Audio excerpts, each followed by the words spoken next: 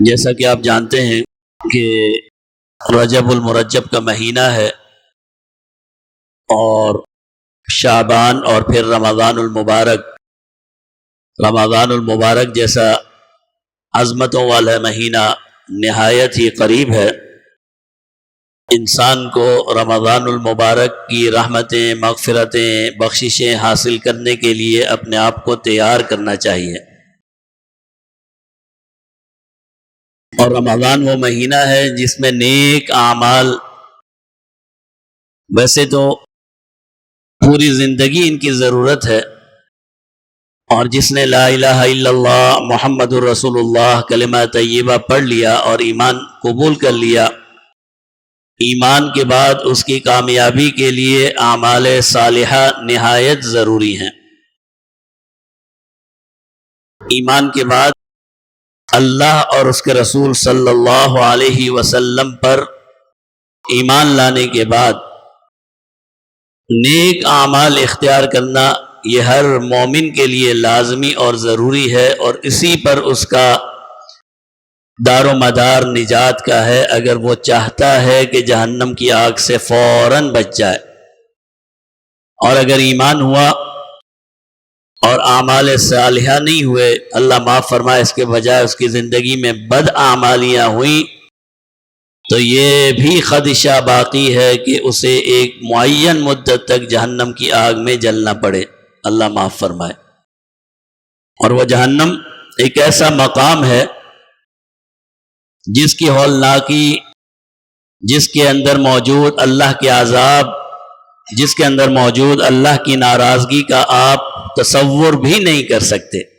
جس طرح جنت کی نعمتوں کا کوئی تصور نہیں ہے، اسی طرح اللہ کے عذاب اور اللہ نے جو ہولناک مناظر جہنم میں رکھے ہیں اس کے بھی ہم تصور کرنے سے بھی محروم ہیں کہ وہ کیسے عذاب ہوں گے، اللہ معاف فرمائے۔ تو اسی لیے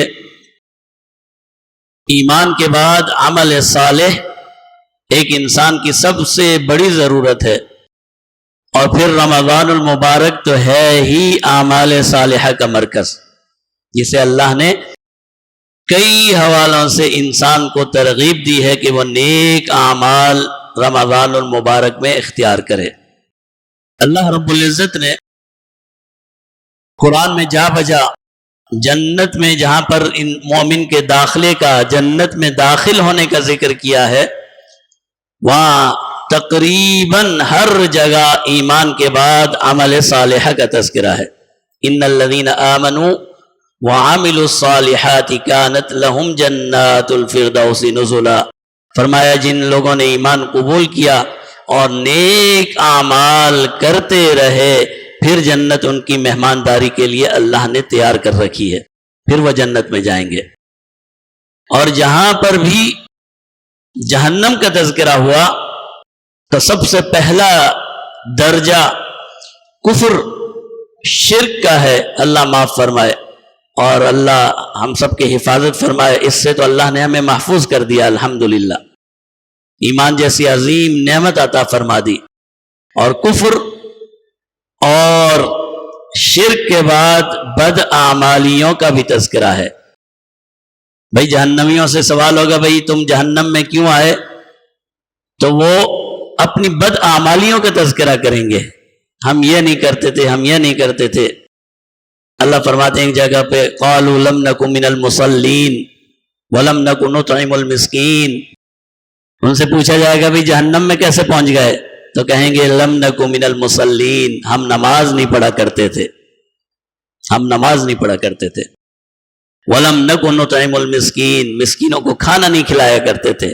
تو نیک اعمال ہے نا، ان نیک اعمال کو چھوڑنا اور نیک اعمال سے دور رہنا اور برے اعمال اختیار کرنا، بہت سی جگہوں پر برے اعمال کا بھی تذکرہ ہے۔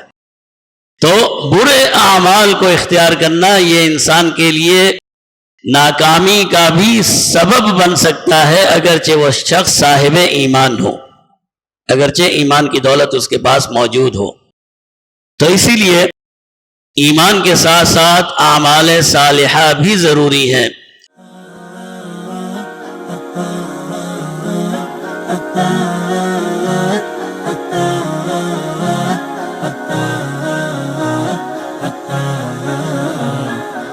اللہ